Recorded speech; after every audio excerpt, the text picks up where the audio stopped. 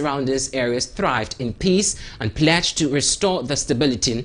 To expedite the process, Mr. Mahama revealed that appointment of key security-related ministerial roles will be finalized within the week, and President Mahama appealed to the residents to exercise patience and restraint as his administration takes necessary steps to address the situation.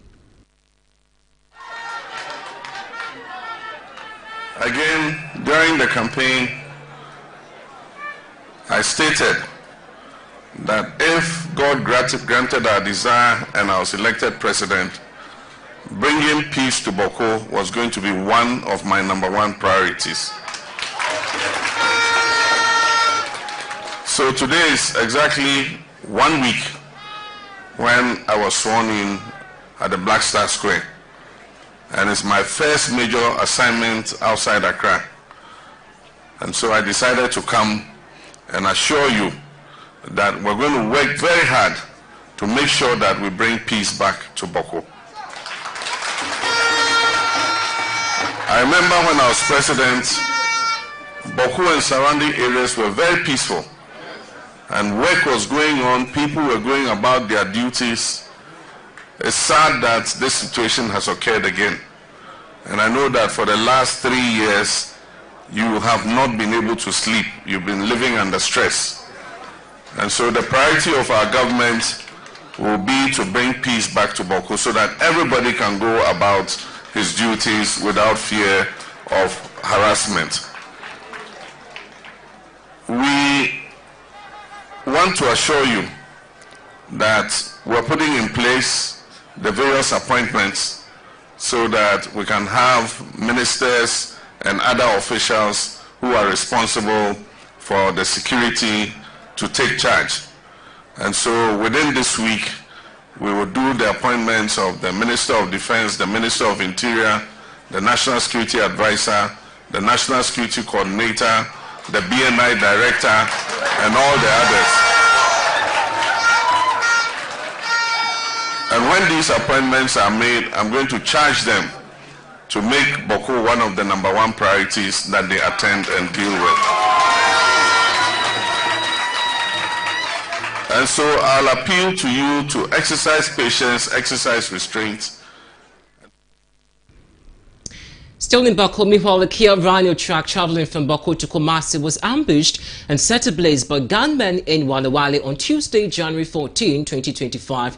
The incident occurred at the time President John Dramani Mahama was on his visit to Bawku and Narego to address the ongoing chieftaincy conflict in the communities. The truck, which was transporting vegetables from Monroi in the Bawku municipality to Kumasi, came under attack in the northeast region. Attacks of travelers along the Bolkatanga-Tamale Highway have become increasingly common due to the prolonged ethnic and chieftaincy disputes in the region.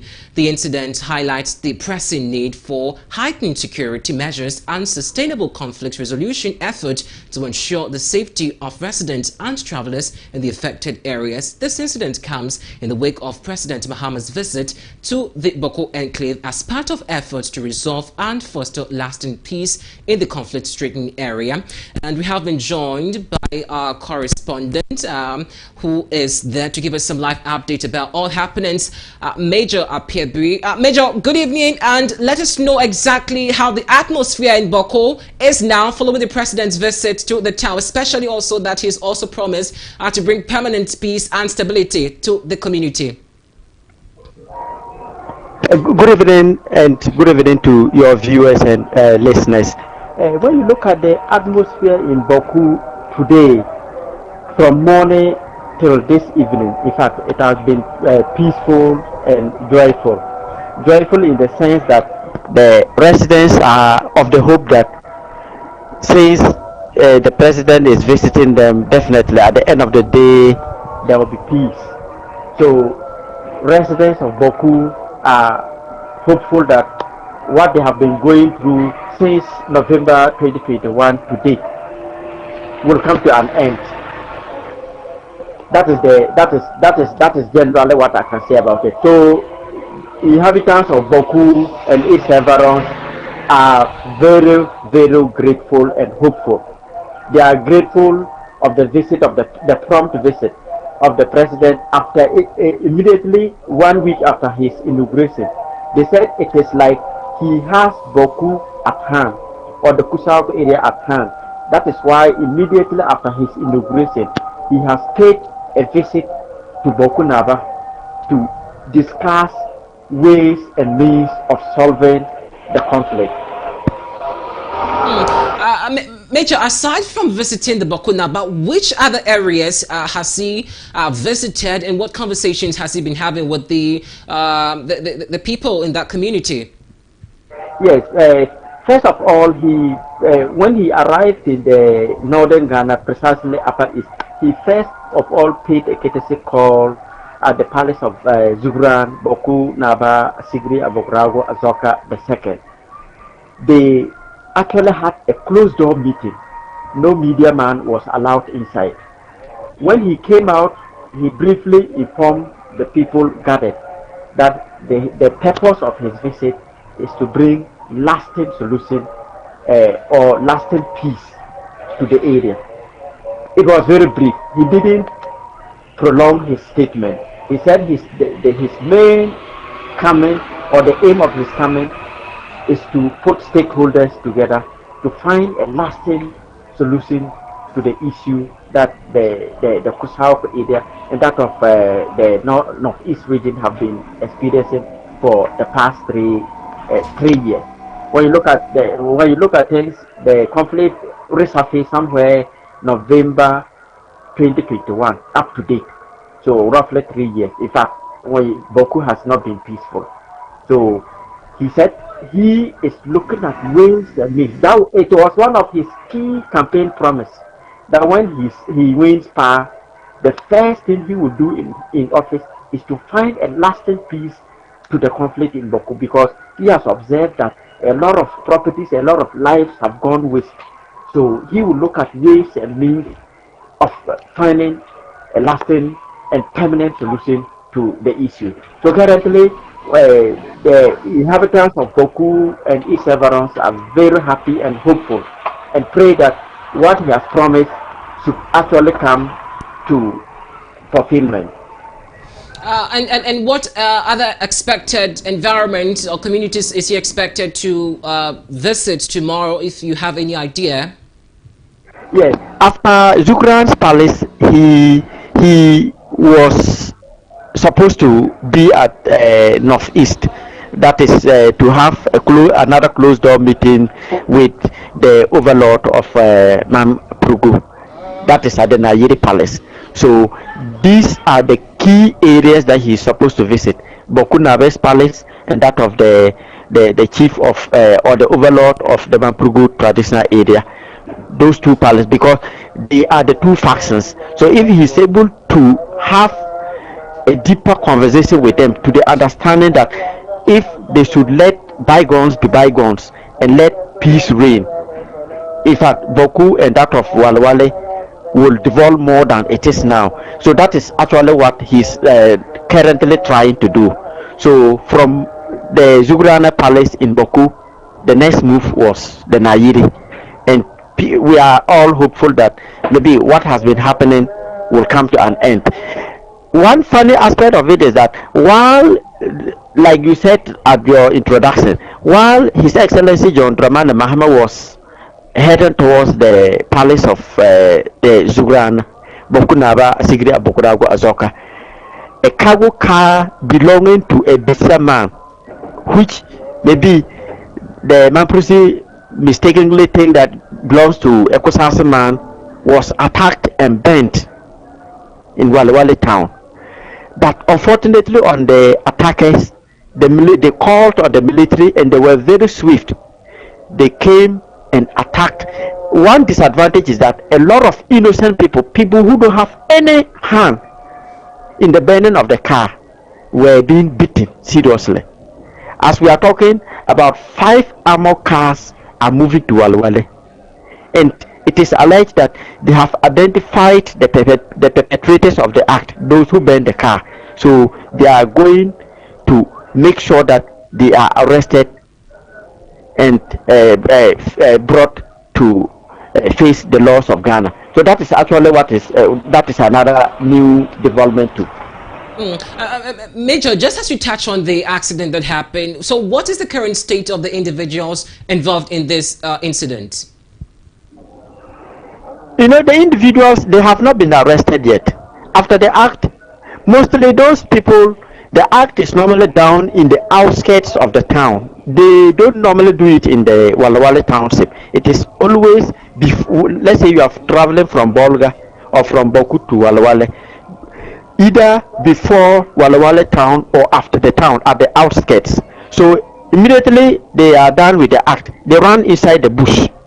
So it is always very difficult for you to for the security to arrest them immediately unless they are given intelligence by indigents, by people who were around. So I am told that the security men have picked intelligence from the indigents of the area, because they have realized that if they don't fish them out, a lot of innocent people would be beaten. So the best way to solve or to nip the problem in the bud is to fish them out, so that those who involved in the act will face the rigors or the problems. Major, that yes, yeah, I'm afraid we'll have to end the conversation here, but I'll come to you for more conversations on this. Just as you mentioned, this is a developing happening, and as you are our man on the ground, we're expecting to get some feedback during the president's visit over there. But we also have been joined on the line by security analyst Adib Sani to also have a conversation on this. Mr. Sani, good evening. Thanks for your time.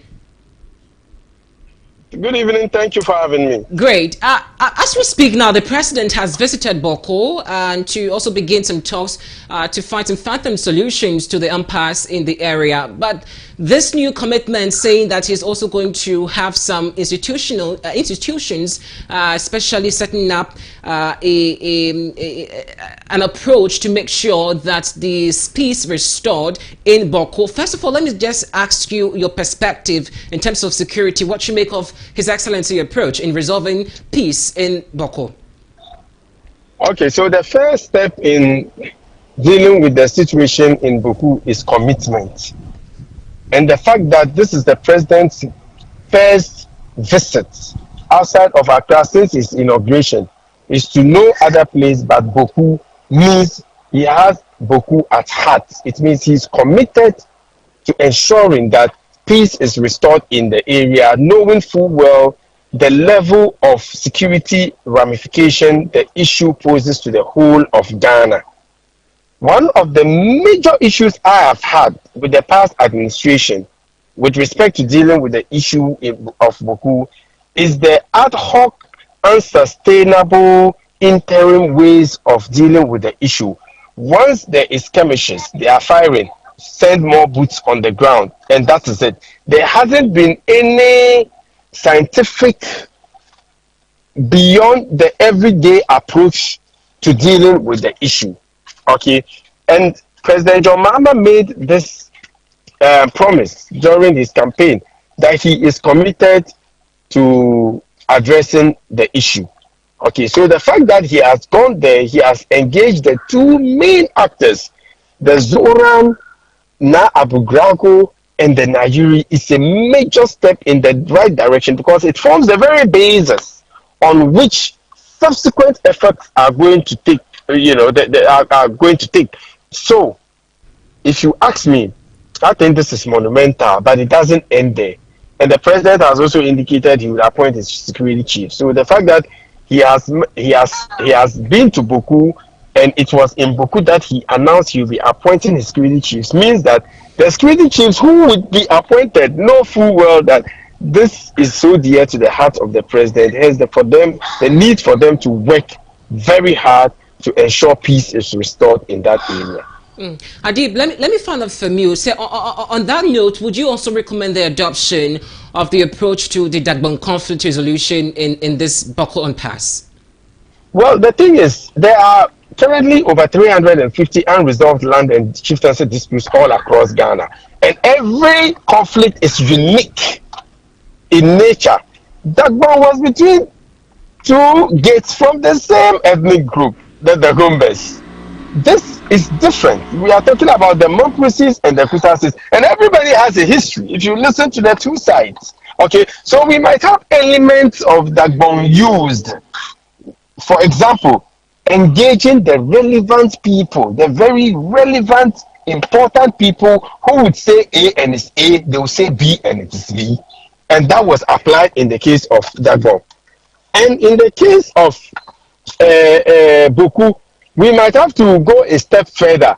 Because the thing is, the Boku has become so complex, it has become so multidimensional to the extent that using a straitjacket approach would not help. Now we are dealing with the massive proliferation of small arms and light weapons. We're dealing with the influx of refugees from neighboring countries, especially Burkina Faso. We're dealing with criminal elements taking advantage of what is going on to engage in other forms of criminality, such as armed robbery, drug trafficking, and even in some cases, weapons trafficking. Now, we can also talk about the human insecurities, joblessness, the issue of people not having access to basic necessities of life, education enrollment, issues of food insecurity, because now the Kusasis have detached themselves from the Momprosis and gone to establish their lorry park and their markets.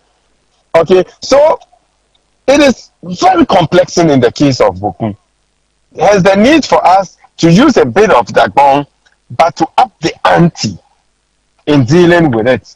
And with the right level of commitment, I bet that peace would be restored in Boku in due course.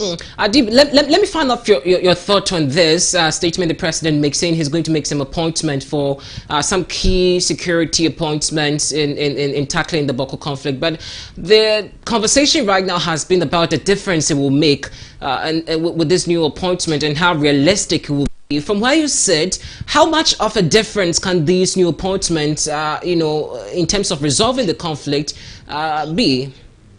Well, the fact that the president has announced that he would appoint the security chiefs in Boku means that those security chiefs who will be appointed would know that Boku is not going to be something to play with, because that is the president's baby.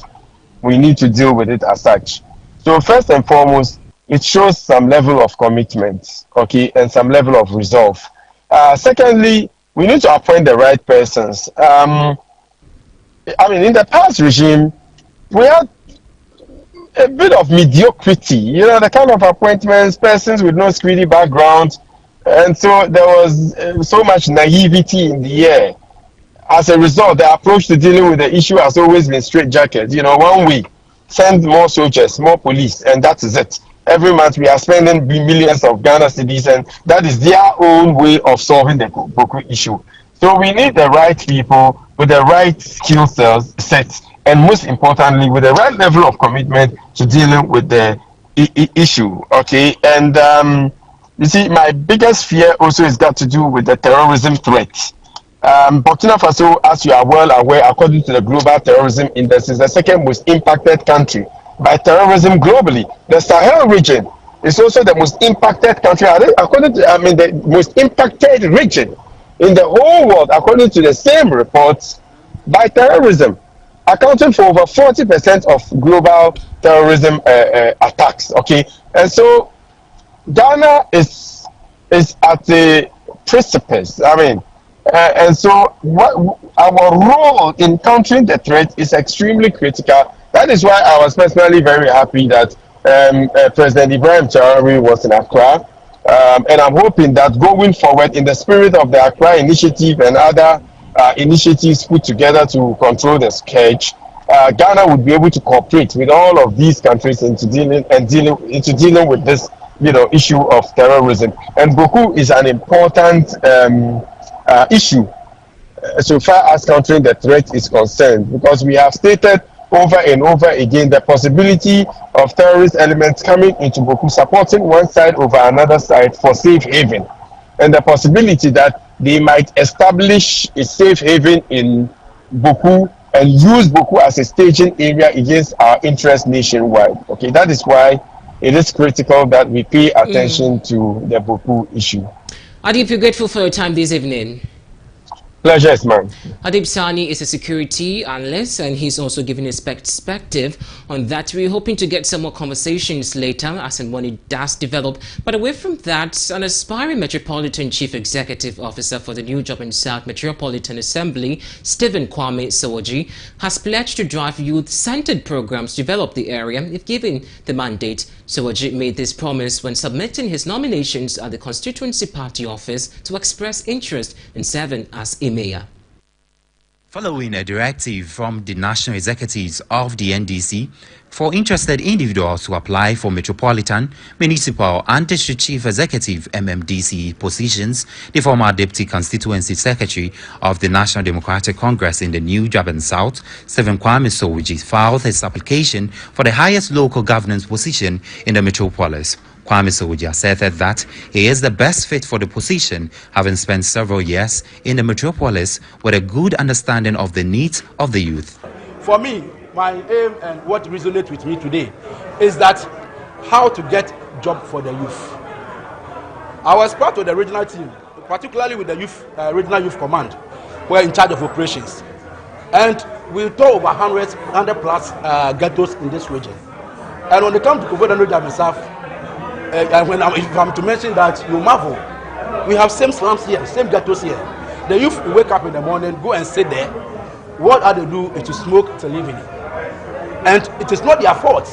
If there are jobs available, they will do. And I'm resonant with the fact that President John Dramani Mahama, in this particular campaign, promised to do a national apprenticeship program, which is directly goes to help the youth. It is youth-oriented program.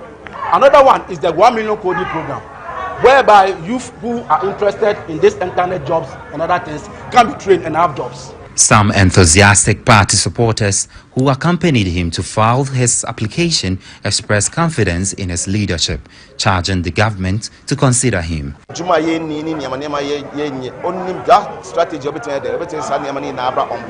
board the youth. Get to life never youth if you're not boy youth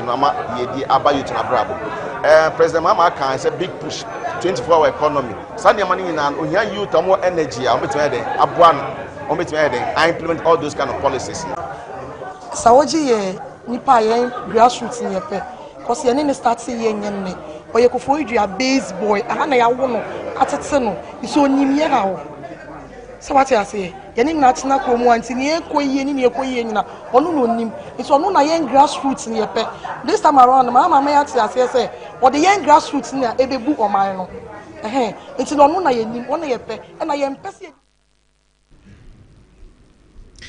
You're still watching Prime News here on ABC News Ghana. Once again, we're streaming live on YouTube, ABC News Ghana. Visit us. Let's know what you think. This is a major news bulletin. On to some more stories.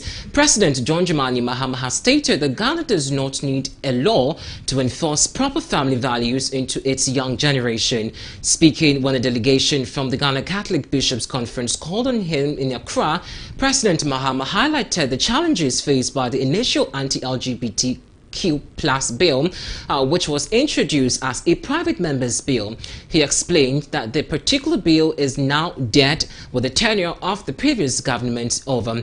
Reflecting on the legislative hurdle of the previous bill, President Mahama explained that it failed to reach the presidency's desk for assent due to legal and procedural issues. Mr. Mahama stressed the importance of a consensus-driven approach, calling for renewed discussions among stakeholders to determine the best path forward.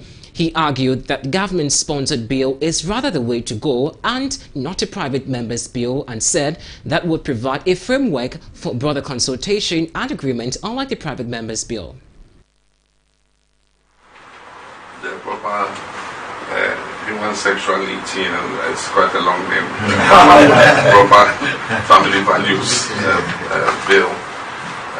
If you remember, there was a court case that injuncted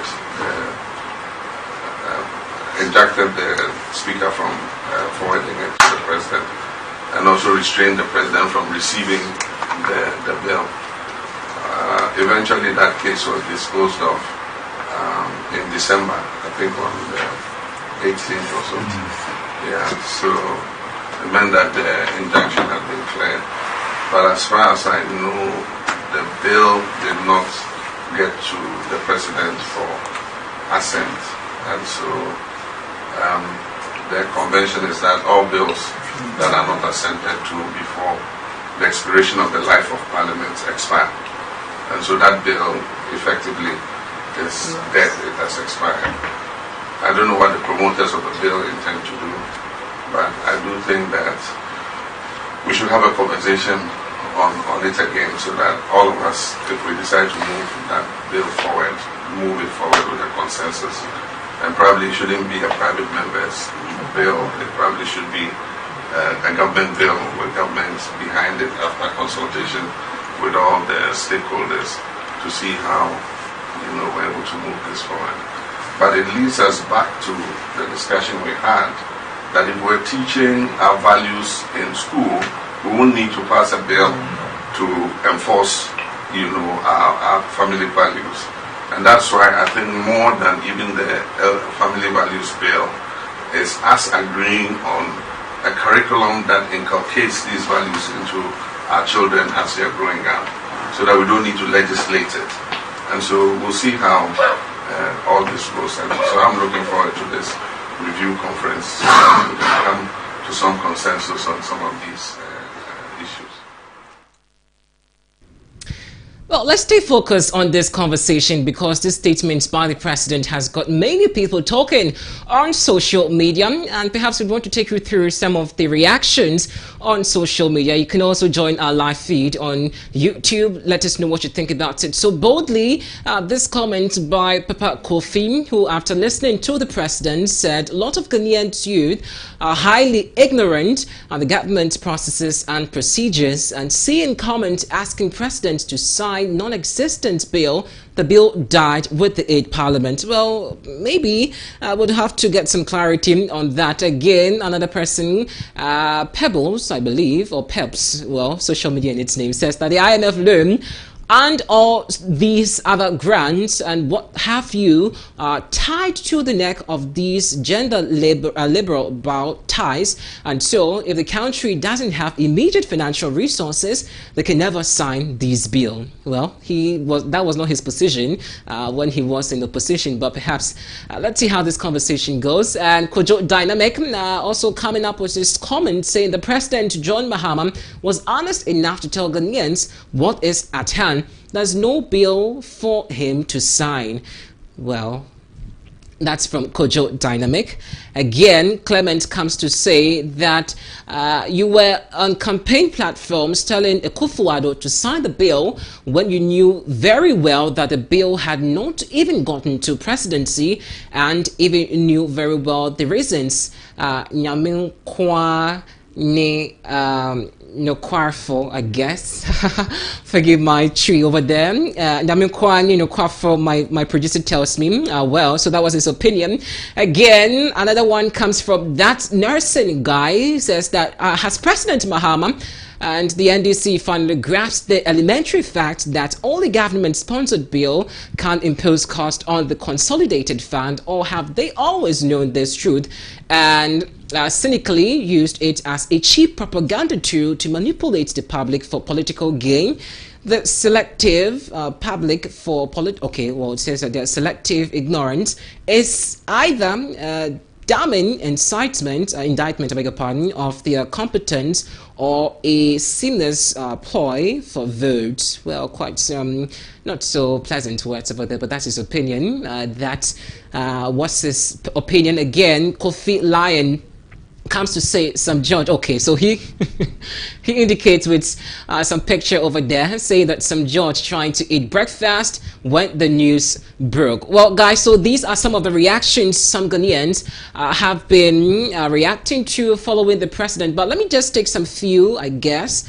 Again, this one says that if a bill is not passed successfully by one parliament and it closes after an election, yet the bill would need to be reintroduced in the new parliament. The new parliament would need to consider the bill from scratch, and the bill goes through the legislative process again. So these are some of the reactions some Ghanaians have raised, and well, that's what you also think about it. That's for some reactions after the president's comments. But in some more stories, the Attorney General designate Dr. Dominic Ayine has defended the the legality of operations Recover All Loot as the oral initiative. He described it as a constitutionally grounded effort to promote accountability in public office. Now, speaking in response to concerns raised about the legitimacy of the initiative during his appearance at the Parliament's committee on Monday, January 13, Dr. Ayine clarified its legal basis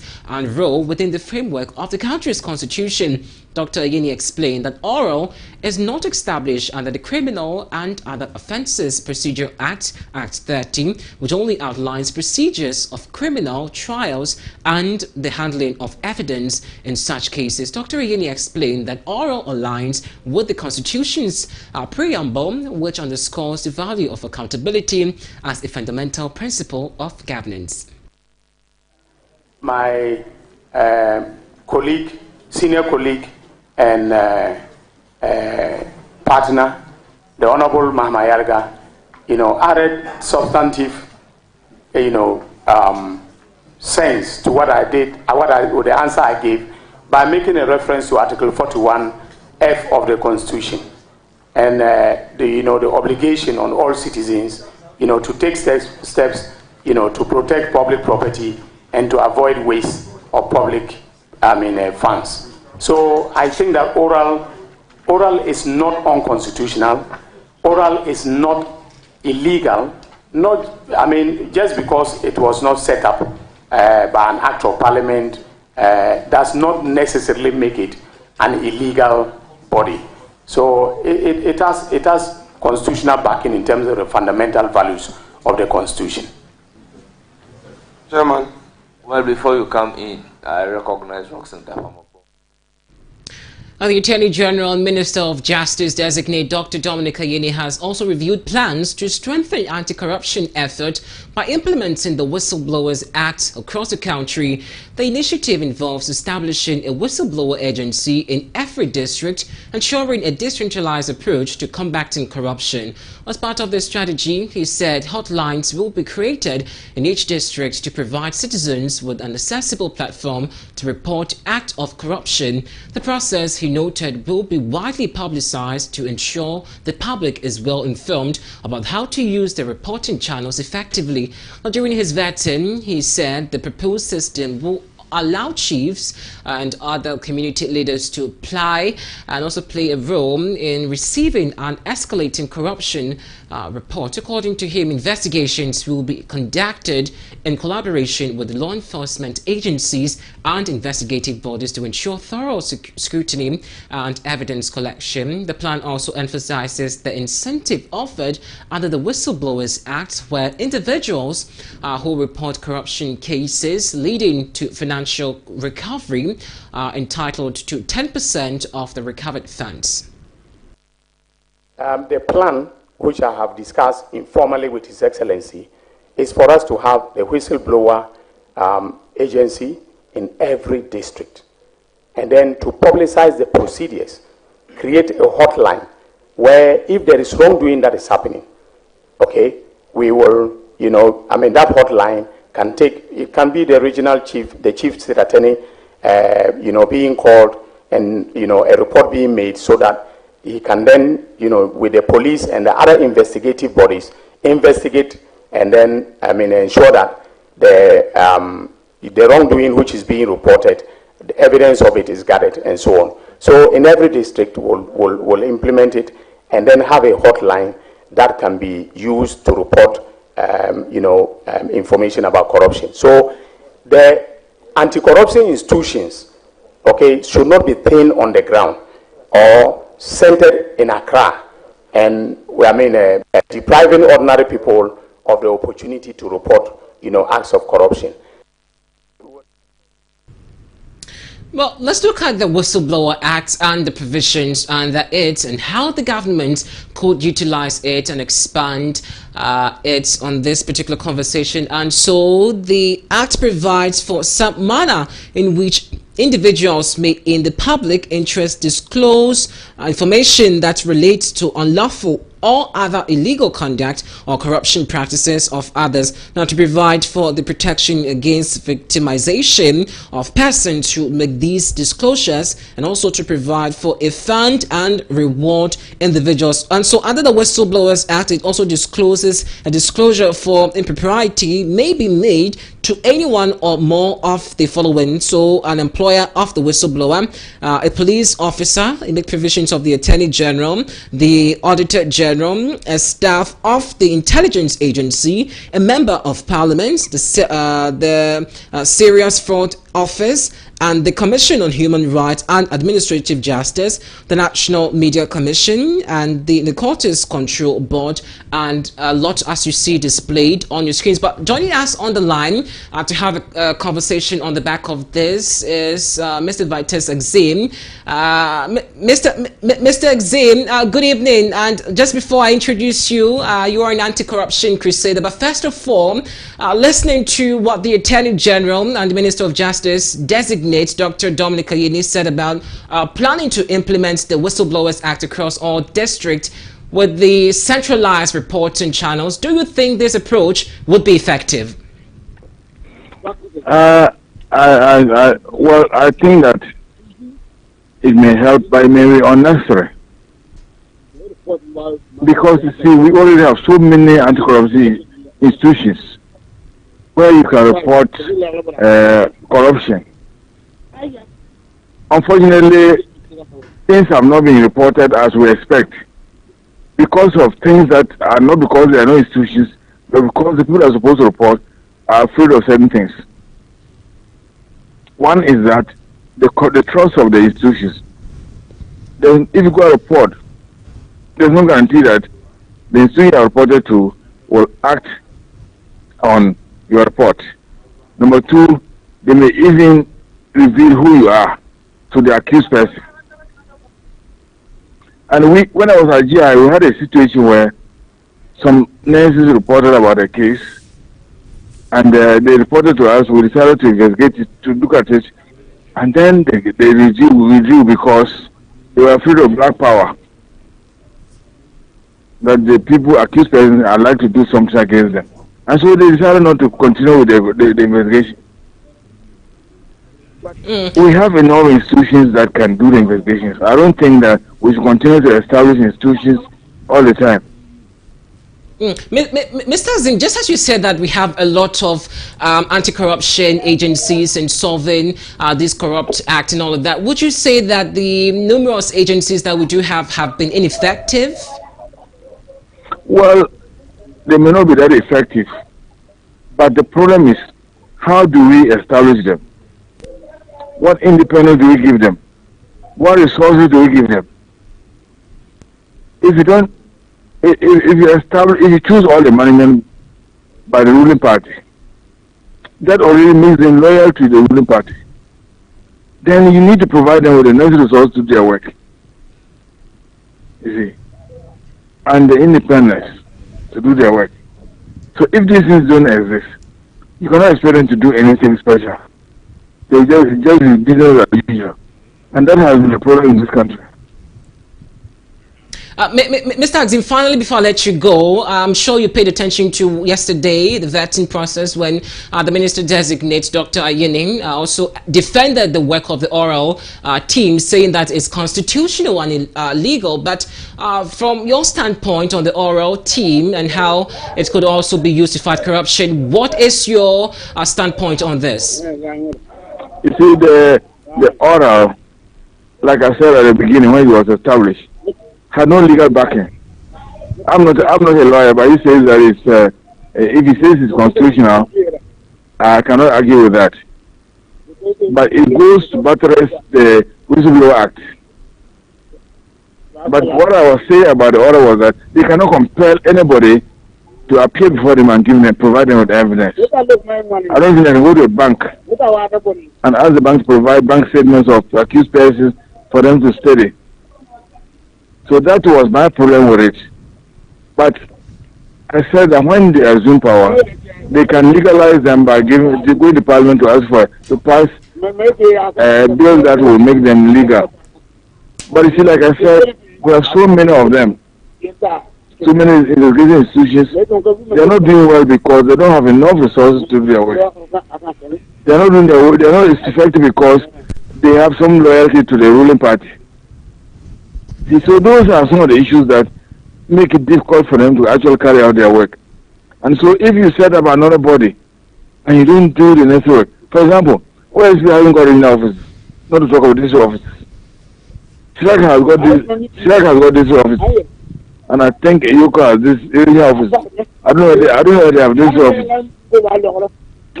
So these are some of the issues that some of the issues that bedevil the work of the anti-corruption agencies. Right, Mr. Exim, we're grateful for your time this evening, and we appreciate that you could speak with us. Factus Exim is an anti-corruption crusader who says there have been enough of these, anti-corruption agencies, and perhaps this might not be effective. But that's all. We'll be back with some business news. Do stay with us.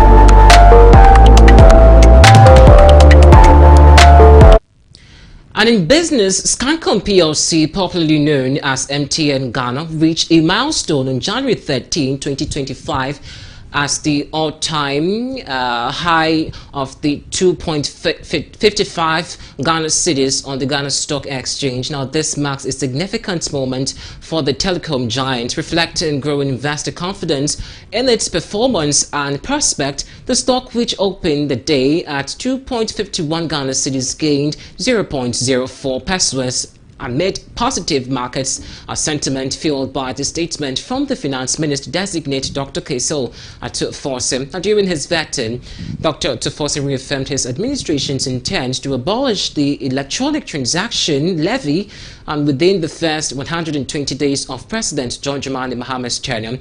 While acknowledging the revenue generated by e-levy, Dr. Forson highlighted its adverse effect on financial technology growth and Ghana's transition to the cash-light economy, which has the MTN also involved over there. Now, quoting him, he says that we need to abolish the e-levy. He stated in his statement, in the last quarter, MTN revenue from mobile money grew by 50.8% to 3.1 billion Ghana cedis, driven by 79% increase in advanced service. Now, MTN Ghana, which began 2025 with a share price of 2.50 Ghana cedis, has already achieved a 2% gain this year. Over the past 4 weeks, the stock has risen by 8%, placing it fifth in performance on the GSE. The telecom company also retains its position as the most traded stock on the exchange between October 10, 2024 and January 13, 2025. MTN also recorded total trade of 28.6 million.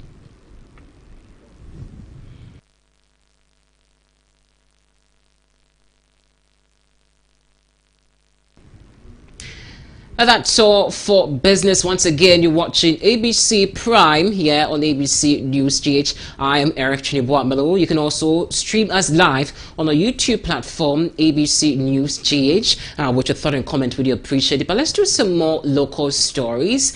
The Executive Director of Parliamentary Network Africa, Samuel Obem, has lauded the performance of nominees during the oral operation vetting process. According to him, the nominees provided a strong account of themselves, demonstrating competence and preparedness for the roles they have been nominated to occupy. However, he expressed concerns about length of the proceedings, attributing the delays to persistent bickering and interjections among members of the appointment committee. Speaking earlier on ABC News, he called on members of Parliament to adopt a collaborative attitude during such session to ensure the process remains focused and efficient.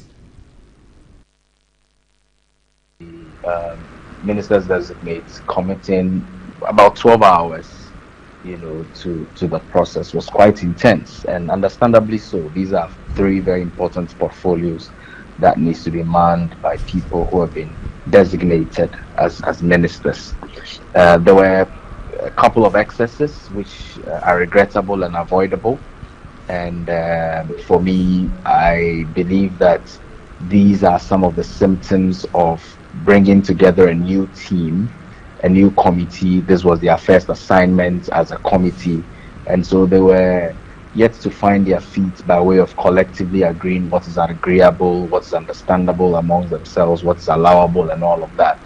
And it is my hope that in subsequent vetting exercises, as the subsequent nominees are announced, they will do much better at handling and managing the process and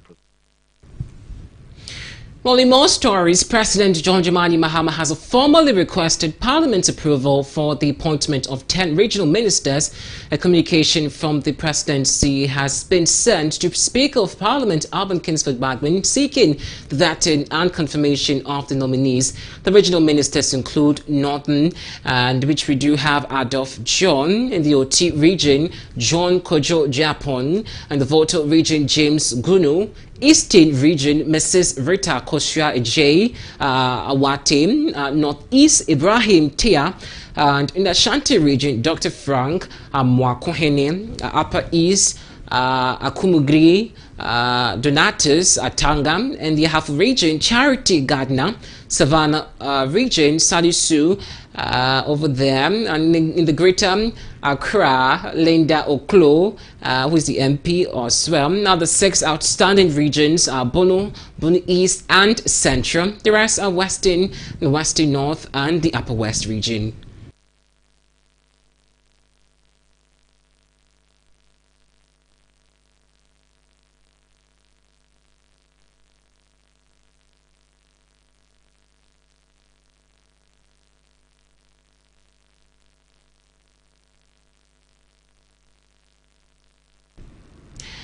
Now, residents of Mamprebu in the Ablekuma South constituency have appealed to the new NDC government to, as a matter of urgency, fix some deplorable roads in the community. Although located in the capital city of the country, the community has had to suffer the bad fate of deplorable roads in the past few years. Now, the residents have been battling with extreme dust, resulting in death in their rooms, water, and sometimes leading to sickness. ABC News GH reporter Andy Opondenchi has found this spot. For the past 3 months now, members in the Mamprebu community in the Ablekuma South constituency in the Greater Accra region have battled with extreme dust, and it is due to the incomplete road construction here that resulted in a deplorable road state. Cars or vehicles coming from this stretch behind me are coming from Agege last stop, Dansoman, and sometimes Pamblos. They choose to either take this lane and go and join the main stretch, and others also come straight to join the main street, that's the Kolebu Road. And in an interview with the assembly member of this community, Meshach Mensah, speaking with ABC News Ghana, made mention that the road will be constructed. People of Ablekuma South and Mamprebu in particular have not benefited from it. Honorable Member of Parliament, Honorable Dr. Alfred Kovandapoy, I think he made the road to be graded, because with the potholes, the road was graded, at least to provide a smooth ground for the vehicles. At the same time, you know, it was just, I think, some few months getting to the election, and then work had to be stalled. The new government, that is the NDC, is sworn in to serve the people of Mamprebu, and our drivers, students, will all be happy. A community leader in the area, Ni Kojo Aibuafo the First, Jaseche of the Adibra, urged government to construct the road. If they will be only Pogo Park, go actually, if we one not 2 hour on a 1 hour, Bugake, or 0.5, Bugate, a Tejaka, you were 0 than you know, banning Bawana. When I bag bow, back of the neighbor me out, I get other Jennifer, very often. Shop owners had closed down due to the extreme dust. They bemoan that it has reduced their sales and call on government to come to their aid. They go on our business here. And that's the only benefit. Not a young war. That's a benefit. I'm a warfare. And because it affects you. They be one P. Why? What can I make you look for? Lenny, if I want to get for the past 2 months or so, or 3 months, money was paid you, contract them, but you. Wole Me ni ntabia beto ntacho be me reduce nses. What to me fair mulu come on near no fair cantano. Mulu so one government fi neighbor hanaba will not quote habo. No one night joleja kakuto them mo fiamo to me fair mulu. It to me quote mulu. Community members complain of dust in their homes and in everything they do. From time to time, they had to pour water on the street to reduce the dust on the streets and in their area. And they are calling on the government to come and construct the road. The dust is affecting us over here. We can't breathe. And besides, our neighbors. Let's do some sports news after this. Do stay.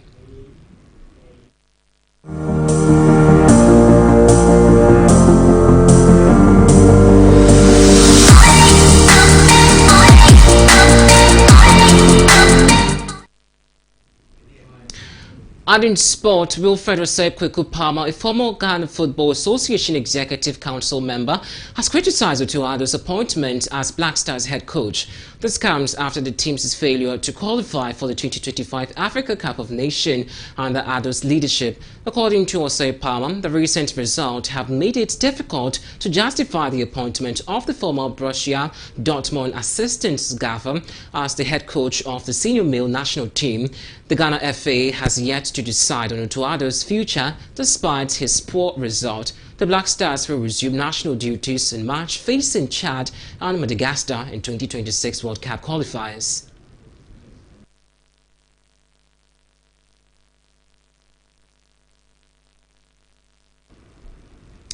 And now all 20 Premier League clubs have been deemed financially complaint has filed financial complaint. The 20 compliant, I beg your pardon, for the 2023-2024 season. Now profit and sustainability rules, the PSR, and not will face charges for breaching the league's financial rules. Under Premier League rules, club cannot post losses exceeding 105 million euros over the 3-year period. Leicester City, who were at risk of breaching this limit, avoided a points deduction after winning an appeal. An independent panel found that the Premier League lacked jurisdiction to punish Leicester City, as the club had been relegated to the EFL Championships by the end of the accounting period on June 30, 2023. Although Leicester City avoided a point deduction, their case remains subject to confidential arbitration proceedings.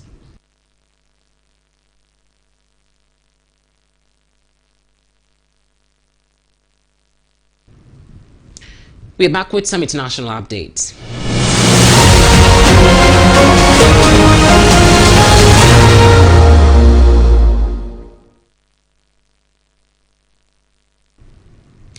The U.S. Department of Justice has released a report by Special Counsel Jack Smith alleging that former President Donald Trump engaged in an unprecedented criminal effort to overturn his 2020 election defeat.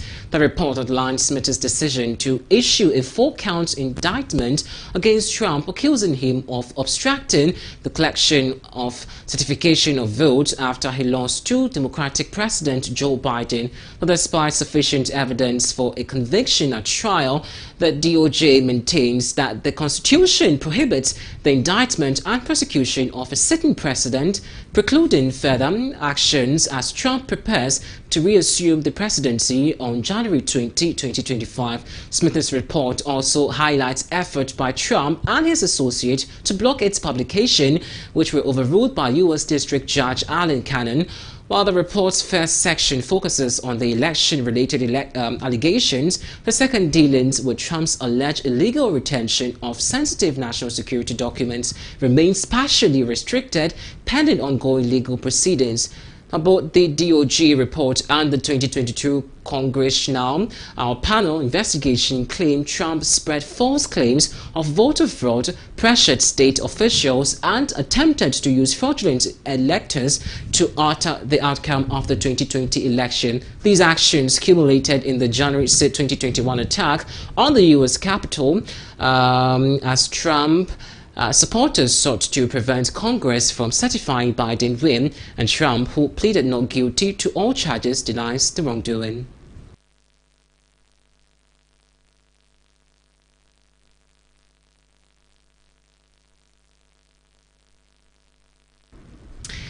Let's wrap up with some entertainment updates. Do stay.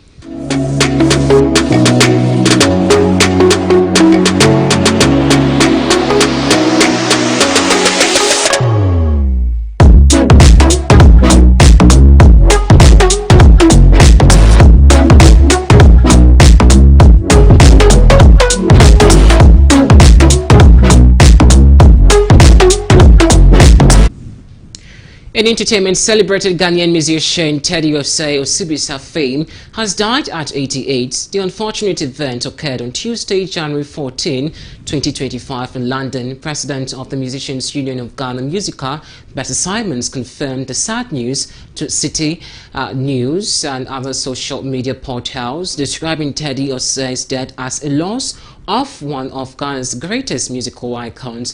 Teddy Osei, who co-founded Osibisa in 1969, was renowned for blending Afrobeat, high life and rock to create a globally recognized sound.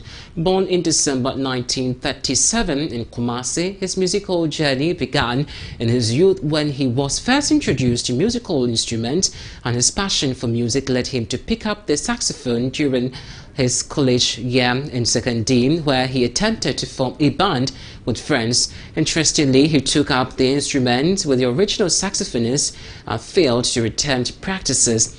Teddy honed his skills by playing along the jazz records and a self-taught practice that shaped his artistry. After completing college, Osei briefly worked as a building inspector before forming his first band.